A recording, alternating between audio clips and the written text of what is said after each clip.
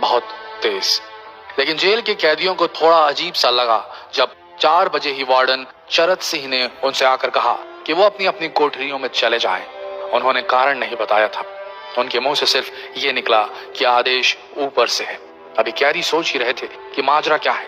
Jail का नाई बरकत हर कमरे के सामने फुसफुसाते हुए गुजरा कि आज रात भगत सिंह, राजगुरु और सुखदेव को फांसी दी जाने वाली है। उस क्षण की निश्चिंता ने उनको झकझोर कर रख दिया। कैदियों ने बरकत से मनुहार की कि वो फांसी के बाद भगत सिंह की कोई भी चीज जैसे पेन, कंघा या घड़ी उन्हें ला कर दें ताकि वो अपने पोते पोतियों को बता सकें कि कभी वो भी भगत सिंह के साथ जेल में बंद थे।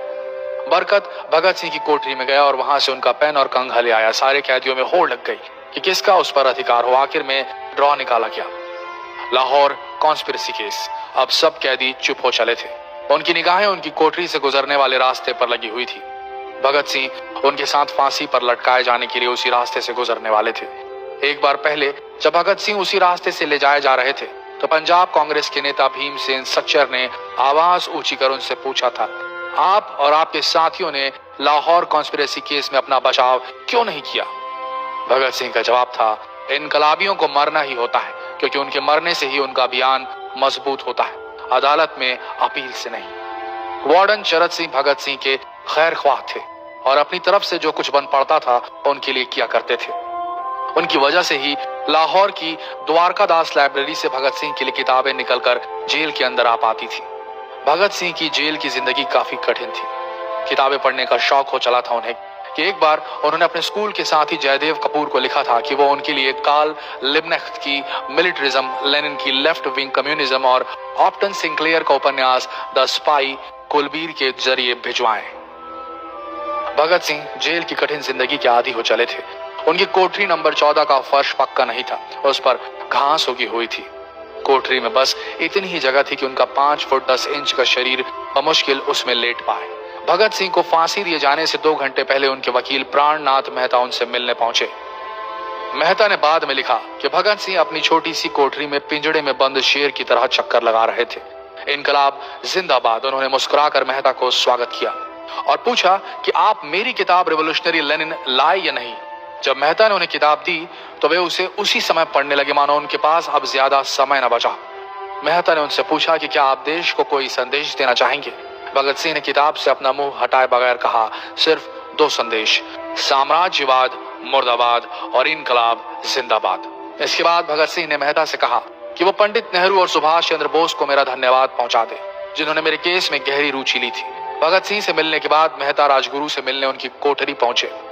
राजगुरु के अंतिम शब्द थे, हम लोग जल्द मिलेंगे। सुखदेव ने मेहता को याद दिलाया कि वो उनकी मौत के बाद जेलर से वो कैरम बोर्ड ले लें जो उन्होंने उन्हें कुछ महीने पहले दिया था। मेहता के जाने के थोड़ी देर बाद जेल अधिकारियों ने तीनों क्रांतिकारियों को बता दिया कि उनको वक्त से 12 घंटे पहले ही फांसी दी जा रही है। अगले दिन सुबह 6 बजे की बजाय उन्हें उसी शाम 7 बजे फांसी पर चढ़ा दिया जाएगा। भगत सिंह मेहता द्वारा दी गई किताब के कुछ पन्ने ही पढ़ पाए थे। उनके मुंह से निकला, क्या आप मुझे इस किताब का एक अध्याय भी खत्म करने नहीं देंगे? भगत सिंह ने जेल के मुस्लिम सफाई कर्मचारी बेबे से अनुरोध किया कि वो उनके लिए उनको फांसी दिए जाने से 1 दिन पहले शाम को अपने घर से खाना जरूर लाएं।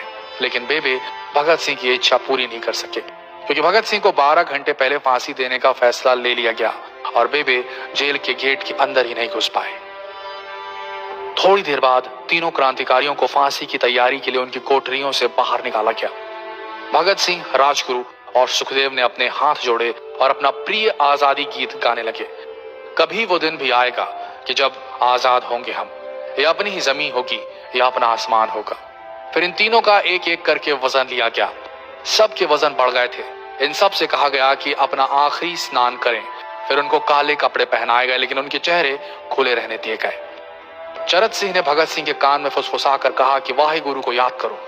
फांसी का तख्ता भगत सिंह लिए बोले, पूरी जिंदगी मैंने ईश्वर को याद नहीं किया। असल में मैंने कई बार गरीबों के कलेश के लिए ईश्वर को कोसा भी है। अगर मैं अब उनसे माफी मांग लूं तो वो कहेंगे कि इससे बड़ा डरपोक कोई नहीं। इसका अंत नजदीक आ रहा है, इसलिए ये माफी मांग रहा है।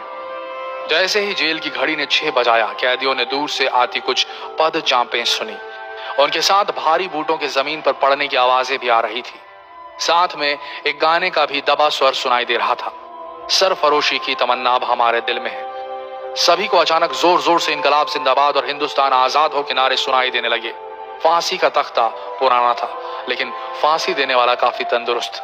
फांसी देने के लिए मसीह जल्लाद को लाहौर के पास शाहदरा से बुलवाया गया था। भगत सिंह इन तीनों के बीच में खड़े थे। भगत सिंह अपनी मां को दिया गया वो वचन पूरा करना चाहते थे कि वो फांसी के तख्ते से इनकलाब जिंदाबाद का नारा लगाएंगे। लाहौर जिला कांग्रेस के सचिव पिंडी दास सोंधी का घर लाहौर सेंट्रल जेल से बिल्कुल लगा हुआ था। भगत सिंह ने इतनी जोर से इनकलाब जिंदाबाद का नारा लगाया कि उनकी आवाज सोंधी के घर तक सुनाई दी। उनकी आवाज सुनते ही जेल के दूसरे कैदी भी नारे लगाने लगे। तीनों युवा क्रांतिकारियों के गले में फांसी की रस्सी डाल दी गई, उनके हाथ और पैर बांध दिए गए। तभी जल्लाद ने पूछा, सबसे पहले कौन जाएगा? सुखदेव ने सबसे पहले फांसी पर लटकने की हामी भरी। जल्लाद ने एक एक कर रस्सियां खींची और उनके पैरों के नीचे लगे तख्तों को पैर मारकर हटा दिया। काफी देर तक उनके शव तख्तों से लटकते रहे। अंत में उन्हें नीचे उतारा गया और वहां मौजूद डॉक्टरों लेफ्टिनेंट कर्नल जे नेल्सन और लेफ्टिनेंट कर्नल NS सोंधी ने उन्हें मृत घोषित किया। एक जेल अधिकारी पर फांसी का इतना असर हुआ कि जब उससे कहा गया कि वो मृतकों की पहचान करें तो उसने ऐसा करने से इनकार कर दिया। उसे उसी जगह पर निलंबित कर दिया गया अंग्रेजों द्वारा। एक जूनियर अफसर ने यह काम अंजाम दिया। पहले योजना थी कि इन सब का अंतिम संस्कार जेल के अंदर ही किया जाएगा, लेकिन फिर यह विचार त्यागना पड़ा जब अधिकारियों को आभास हुआ कि जेल से धुआं उठते देख बाहर खड़ी भीड़ जेल पर हमला कर सकती है। इसलिए जेल की पिछली दीवार तोड़ी गई। उसी रास्ते से ट्रक जेल के अंदर लाया गया और उस पर बहुत अपमानजनक तरीके से उन शवों को एक सामान की तरह लाद दिया गया। पहले तय हुआ था कि उनका अंतिम संस्कार रावी के तट पर किया जाएगा, लेकिन रावी में पानी बहुत ही कम था, इसलिए सतलज के किनारे शवों को जलाने का फैसला लिया गया। उनके पार्थिव शरीर को फिरोजपुर के पास सतलज के किनारे लाया गया। तब तक रात के 10 बज चुके थे। इस बीच उप पुलिस अधीक्षक कसूर सुदर्शन सिंह कसूर गांव से एक पुजारी जगदीश अचरज को बुला लाए। अभी उनमें आग लगाई ही गई थी कि लोगों को इसके बारे में पता चल गया। जैसे ही ब्रितानी सैनिकों ने लोगों को अपनी तरफ आते देखा, वो शवों को वहीं छोड़कर अपने वाहनों की तरफ भागे। सारी रात गांव के लोगों ने उन शवों के चारों ओर पहरा दिया। अगले दिन दोपहर के आसपास जिला मजिस्ट्रेट के दस्तखत के साथ लाहौर के कई इलाकों में नोटिस चिपकाया गया, जिसमें बताया गया कि भगत सिंह, सुखदेव और राजगुरु का सतलज के किनारे हिंदू सिख रीति से अंतिम संस्कार कर दिया गया है। तो ये थे भगत सिंह की जिंदगी के वो 12 आखिरी घंटे। आशा करते हैं इस वीडियो में सुनाई गई ये कहानी आज युवा पीढ़ी के दिलों में मर चुके देशभक्ति को जगाने में कामयाब होंगे। जितना हो सके इस संदेश को पूरे देश में पहुंचाएं।